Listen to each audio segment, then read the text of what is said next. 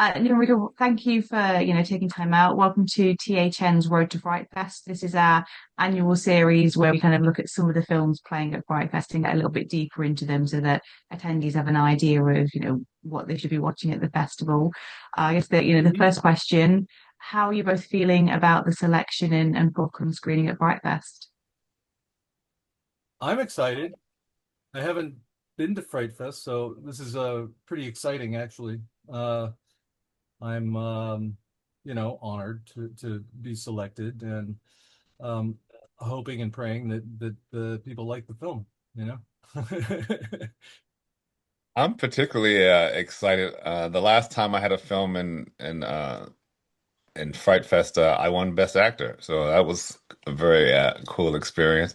And I wasn't actually there, so I'm actually going to fly in for this one because I just want to feel the energy of the festival. You know, that's always important too, and I want to see what else is going to be there while we're there. I mean, you mentioned, a little earlier that, you used to live in London, so obviously you're very familiar with Leicester Square. So it's going to be, I imagine quite an experience to kind of go back and Yes, see what's changed. yes. Well, I actually I was there a couple times this year already, and I do go there from time to time, often to do conventions for Aliens. Even though this movie is 40 years old, it still is relevant today, and people still wanna meet the actors of it. So I've actually been to I think I was London once this year and to Wales once this year already. Nice. So Nick, it sounds like you're going to be in safe hands. You're going to have the guy that's going to know all of the best Yeah, places to yeah. be. Maybe. I don't know if I can stand all the people coming up and asking for autographs and stuff, you know. Just And, and for those some way. people that haven't, done that homework yet, how have you been pitching Do You Want to Play to people? When people are saying, watching a new film about, how have you been pitching it to them? How have I been pitching it to them? Well, it's a possession movie. And it kind of it's through a spirit board, but there's a digital aspect that the kid created an app. Um, so it's a digital spirit board, a Ouija basically film. It's called the Demon Board, and at the launch party for his app, she ends up playing the real thing because he wants to prove these things are real, and that's when a demon basically starts stalking her and slowly, throughout, she tried to possess her, and so Owen and Tommy, her boyfriend and her boyfriend's old best friend, and their like friendship, they basically have to save her, and they enlist the help of a priest, Scary Gary, who or Gary Wickerman, and that's played by Ricco, who is kind of an occult, specialist, former Jesuit priest that does a YouTube blog, and so he basically is going in and trying to do an exorcism of sorts. I guess that's kind of long-winded, but yeah. I kind of pitch it as it's a movie for this time, for this era. What I love about it is it's taking the being online, the kind of social media aspect of that we have now, and it's actually using it in a horror film. My favorite horror film of all time happens to be the Exorcist, right? And so now we have an opportunity to do something that's more of the 2026 kind of period. And I just think it's going to really resonate towards teenagers, towards young adults. They're gonna see this differently. The thing that frightened me so much about The Exorcist is that it used the Bible, and when it used the Bible, that whole thing made it real to me. This uses social media, and I think that's going to make it real for a whole new generation. They're going to see their phones a little differently. Yeah. Well, Yeah. I we mean, all look like we're possessed too sometimes, you're sitting around in a lobby somewhere or on a train or wherever you might be, and everybody's sitting there staring. I mean, you can be in your own living room and everybody's staring at their phone, your whole family. So Right. there's that modern, the possession through a phone. But I also have the traditional model in there, the old demon board, which is I created this board, the design for it and everything, and didn't want to use the Ouija, so basically made it so it's like an 1800s talking board, that it's called a demon board. Designed it just for the film, and we created an old fashioned one just to also keep kind of the old creepiness in there. And then he basically uses AI to code his app to emulate the board. Yeah, And because really, that's it what. doesn't matter. It doesn't matter what kind of, it's like if you open yourself to the darkness, you open the passageway. That's really what counts. Hmm. It could be anything. It could be tarot cards. It could be, a number of things that can open the access to, let's say, demons. And it Yeah. kind of reminds me a little bit of the a movie Wishmaster in some ways, because Wishmaster's the tagline I remember was be careful what you wish for. And these kids are playing, and you have to be careful what you give access to your phone. We give access to millions of people on our phones all the time, and we don't think about the consequences. But what happens when you don't have control? When all of a sudden the phone has its own kind of control of you. And so that's what I think is special about this film. It really does take horror into the modern age. Yeah, I mean that's one of the things I've got down here is it's almost a gateway horror for Hmm. the Hmm. the teenage generation who are maybe just stumbling in. Whereas something like as much of a classic as The Exorcist is, for Gen Z and Gen Alpha, it's the connection that they're going to have to something like The Exorcist is going to be very far removed from Yeah, ourselves. And exactly. with this, you are speaking their language, and I do think that there is definitely the scope there for a possession film for the teenage market. Was that something that was kind of in the forefront of your mind that you kind of wanted to do something new for that younger crowd? Yeah, because I had written the original script that was called a Ouija, and I'd written it in like 2011, Oh, wow. before all the big Blumhouse ones and stuff, and then I was like kind of like, oh man. And then my partner on this, scary content, they said, hey, we have somebody looking for a Ouija film, right? And I said, well, I have a script, and they read it and they really liked it. But then I was like, I'm just tired of, the same old, there's a million Ouija films. And I'm like, I need to set this apart to be different. And that's where kind of it came into the, to make it also more modern. And I feel like there is like a parallel to us getting possessed by phones. I mean, is there, Mm. I mean, Hmm. I think that people are in many ways, so I think that plays into it without getting too heady. It's like, but definitely, otherwise I wouldn't have. I was pushing for it. Like I think one of my partners was just like, "No, I like the old fashioned Ouija board. It's scarier." And I'm like, "Yeah, but it's been done a million times. Like, so I want to set this film apart from all the other ones that have been done. Well, I'll Yeah. give you credit for the design of the board that you have in there, the demon board. It's a great board. I love the board. I love the weight of it. It feels ancient.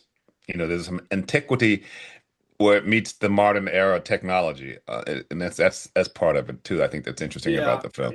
And I put a little bit of elite in the title, the demon. I put a backwards three and a zero, so Right. that it's like, I mean, that's something that people might not notice, but it was like, okay, I'm going to make it a little bit more modern. I'm going to use a three instead of an E, and a Hmm. zero instead of an O. And then little digital codes on it and stuff, that, just kind of have random numbers, almost like code. Hmm. But I mean, you were saying there that, your partner was like, oh no, that the old boards, they're scarier. I think they're scarier again to people, kind of our generations because, we very much grew up in a physical world, but the kids today are growing up in a digital world. And I think they would just be like, well, what's that? It's just a board. Ooh, scary board. But, Right. something on their phone and, as you were saying, really, take over and do things that it's not supposed to. That is, terrifying. I mean, have you seen a child when the battery's gone down on the tablet? They panic, so Yeah. Believe me, yes, I have. I have kids. Nope, you can't play your game anymore. you know.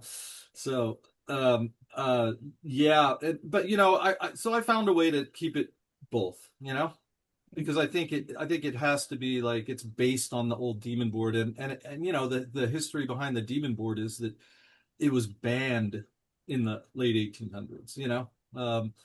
So it's a fictitious board, but it was made as one of the original talking boards that was banned pretty quickly, which is kind of a little bit of history behind it, and now this kid is like found one at a garage sale in Connecticut and picked it up from an antique store and creates for his school project a demon app. I mean, that in itself is terrifying, the way that kids can use technology, the fact that you can just kind of go home and for a school assignment, knock up an entire app, that in itself is just Yeah, blows and my and mind. the thing is, there's things in there where it's like even the psychiatrist is like looking at it and it's like, oh, it's just scraping data because it's AI based, so it's listening to you all at all times. So how does it know what you're thinking? Well, it's scraping data. It listens to your conversations. It's all these things. So that's kind of really happening too a little bit, or at least it happens through algorithms that you're Yeah. close to other people. Because how many times have you talked about something and all of a sudden you go and it's like ads show up for that place? It's like, okay. Yeah, and that's another part of it I think that's interesting is that we don't know how much the phone is listening. We don't know how much control we have over our own phones, and we have them with us all the time. Now, all of a sudden, what happens if your phone is a gateway to some evilness, and now you don't have control over that. And in the film, as the film develops, without giving it away, that's what starts happening. You start realizing that what happens when you don't have control over this phone, this thing that you have all the time with you, and if it's something that's really bad and you don't want it anymore, can you stop it? Do you have that kind of control where you can stop it? And that's frightening in itself. I mean, AI, I think to a lot of Gen Z, they're afraid of it already. They think it's going to replace their jobs, and there's if they even sense that anything is AI, they're automatically off of it. I think this is it's gonna be a button for them, you know? We might scare everybody back outside, we might scare everyone off on Exactly. the phones. Get them back outside. It'd I be mean, I great. don't get scared. I rarely get scared. But the one films that do scare me are possession films. Tend to, if they're good, they Mm. can do it. Yeah, and it's exactly like you said. It's like it's biblical. It's ancient. Like I was listening to this podcast called the Exorcist Files, which is really fun to listen to because it was like that. I'm like walking around at night in the neighborhood just listening, and all of a sudden it's like a cat is next to me and I'm jumping out of my skin just going, okay, I'm really scared about this. So the supernatural, when it's tied to any sort of demon, or that's really what scares me. Nothing really else scares me other than like heights, like the film Fall. That was like horrible. I couldn't even watch it. So Heights is scary. It's funny. I was well, yeah, watching Fall. I get dizzy. I get really dizzy when I'm looking really. at it. I couldn't watch that film. Yeah, I hear some people, if they get close to an edge, they have this strange desire to jump. They feel this feeling to jump. I find that very fascinating. that's a But horror back, movie in itself. yes, it is. It is. It's pretty good. But back to do you want to play? I wanted to watch the movie before the interview, so I watched the movie. Nicholas was kind enough to send me a link, so I watched the movie last night. But I have my nieces and nephews over visiting, And they're teenagers. So I said, "Come on and let's watch this horror movie." And I was surprised at the jump scares that's in the movie. I didn't expect that. But my nieces were just they were just when they jump, they really jump. So it was Wow. good. I was surprised. I didn't expect it to have that kind of effect on them. I mean, that's really cool because I haven't had a test audience yet. This will be the first test Yeah, that was audience. the first test, man. And Yeah, I and mean, so I honestly, I've seen it like so many times. I'm just like, I don't even know if it's scary or not, but I designed it to try to be scary, you know? I guess I just kind of like, yeah, I'm kind of numb to dark things, you know? So that's a really good thing to hear that it worked the way it worked, you know? not only that, they had a blanket that we were all sitting on the sofas and they had the blanket and I was watching them put the blanket up to their face at certain parts of the movie because so it was working.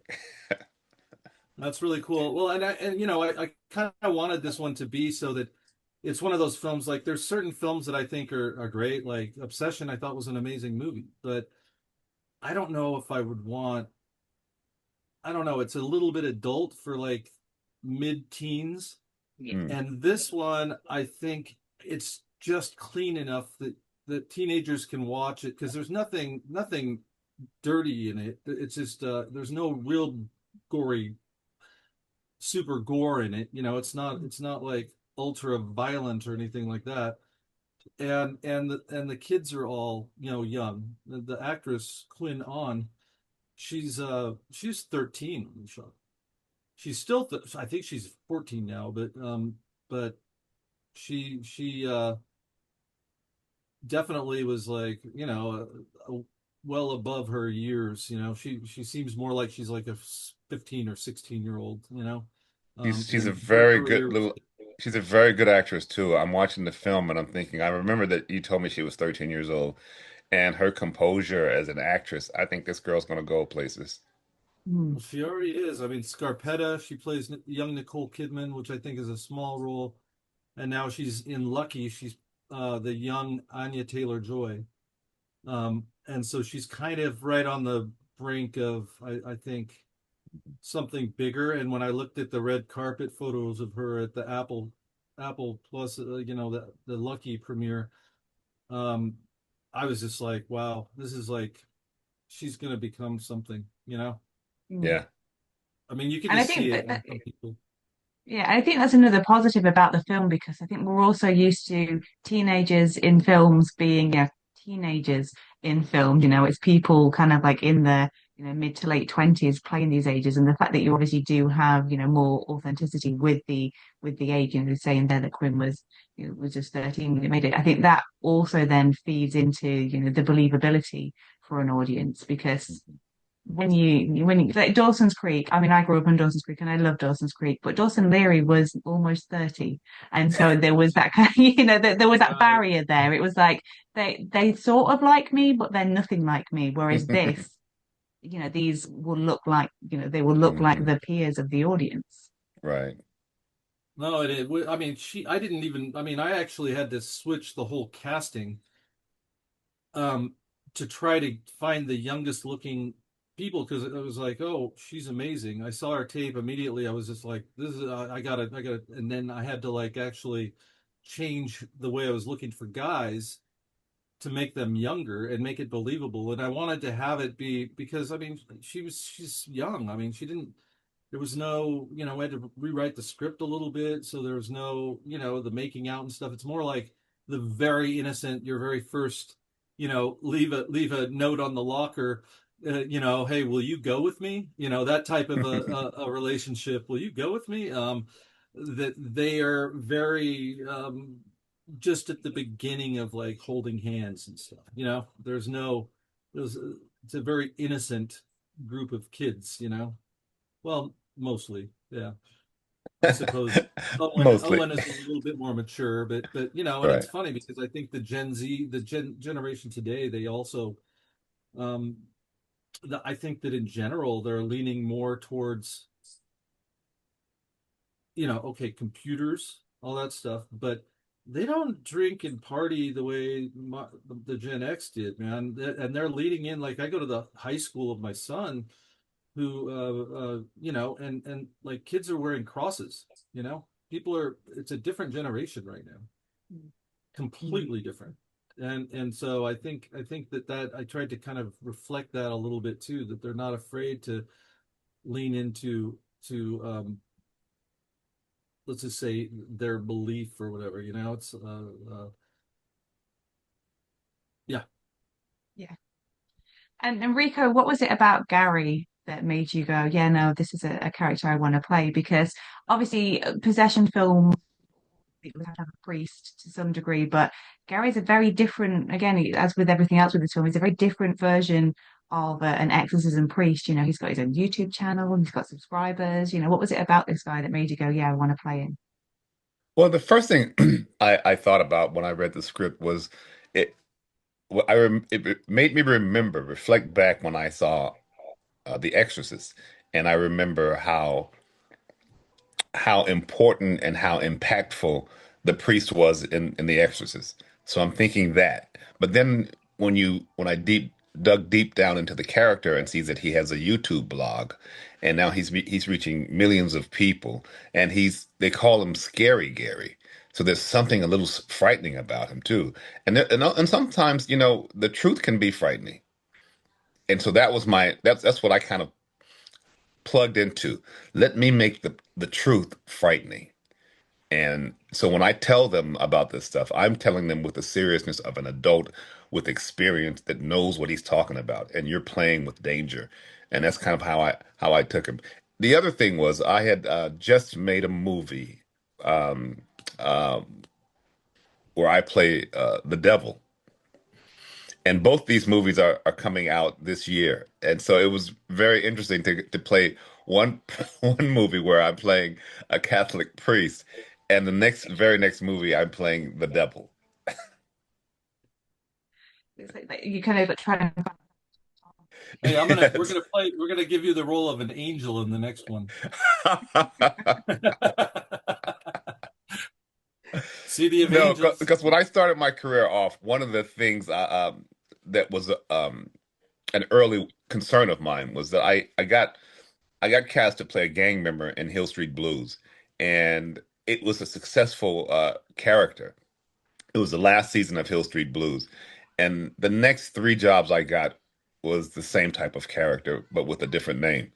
And I was a little concerned about getting typecast. And I know I'm a tall guy. I'm 6'3", and I'm close to 200 pounds. So I understood that there's certain roles that people may not consider me for, but I just felt like I'm I'm just out of school. I have a master's degree from UCLA, and I was only getting cast as gang members and that type of character. So I went to study Shakespeare in England, and that's how I got over to England. Is because I wanted to add something else to my toolbox, and that concern of being typecast now is such a thing in the past because to be able to have the range to play the devil and a Catholic priest in the same year, it shows me that I don't have to worry about that anymore. I'm not being typecast. Yeah, And you even added a an accent to it, from I Trinidad or from I Bahamas or did. something. I kind of gave him this kind of almost like a mixture of an island British accent because I wanted him to be something that, when it comes to if you go to New Orleans, for instance, there's a lot of that type of thinking and culture in their culture. And so I wanted to bring that to the film and make it real for them. and I have to briefly talk to you about aliens. We were discussing, a little bit earlier. Every time I watch Aliens, and I've watched Aliens a lot, I'm not gonna lie, Frost just becomes like he's just my favorite Marine. Like Aw. he's the only one that had any sense. If he was in a horror film, he would be the final girl because he's the one he's got the bad feeling. He's the one that's complaining about them having the weapons taken Right. away from him. I mean, obviously having a film as impactful as Aliens on the CV has got to be amazing. But how have you found going to conventions and things and seeing fans and hearing what everybody thinks about, your character. I'm to be honest with you, I'm always as many conventions as I go to, and I've been to probably this year alone, probably 8 or 10. Um, it's always surprising to me that younger people, younger generation, people who weren't even born when the movie came out, are still like rabid fans of the movie. And I think that is really due to James' vision. James is a visionary. I think he's a director that was ahead of his time then and probably ahead of his time now. And I think he also was smart enough to not use special effects so that it wouldn't date the movie. The movie was on about 5 years ago, and I was flipping through channels, and it was on about halfway through, and I thought, let me just look at it to see how badly it's aged. And I got to tell you, Kat, I'm looking at this movie and I'm thinking this movie could have come out this year. It really did not age. The subject matter didn't age. The visuals didn't age, and so I think that's part of the reason why it resonates. But also, if you look at the cast, it had straight people, people who look like they may be gay. It had blacks. It had Latinos, it had whites, it was a movie for everybody. And I think it still is a movie for everybody.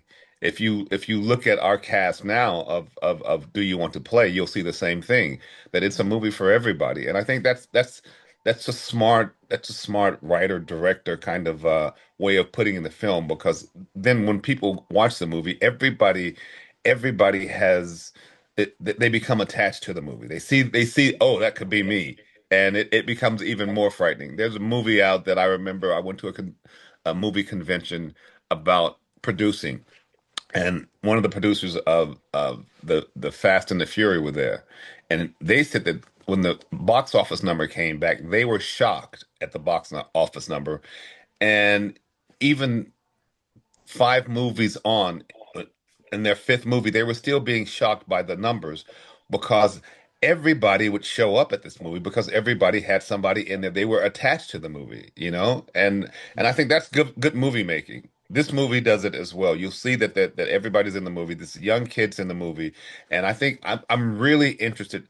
I can't wait to see it with a full audience and the impact. And now that I know that there are moments in there that are jump scares, I can't wait to see what's going to happen. I remember on the you speaking of aliens, when we went to the premiere, we were sitting in the back row and people are watching, and Bill Paxton said to me, when the first time people jumped, he goes, "Dude, this movie's going to be huge." And he was right. That's very right. Yes.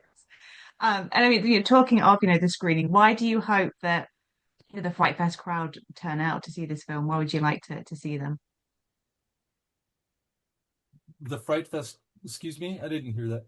Why do you hope that people at Fright Fest, go and see this film? Why do you hope that they take a chance on it? Oh, because I mean that's why you make movies, right?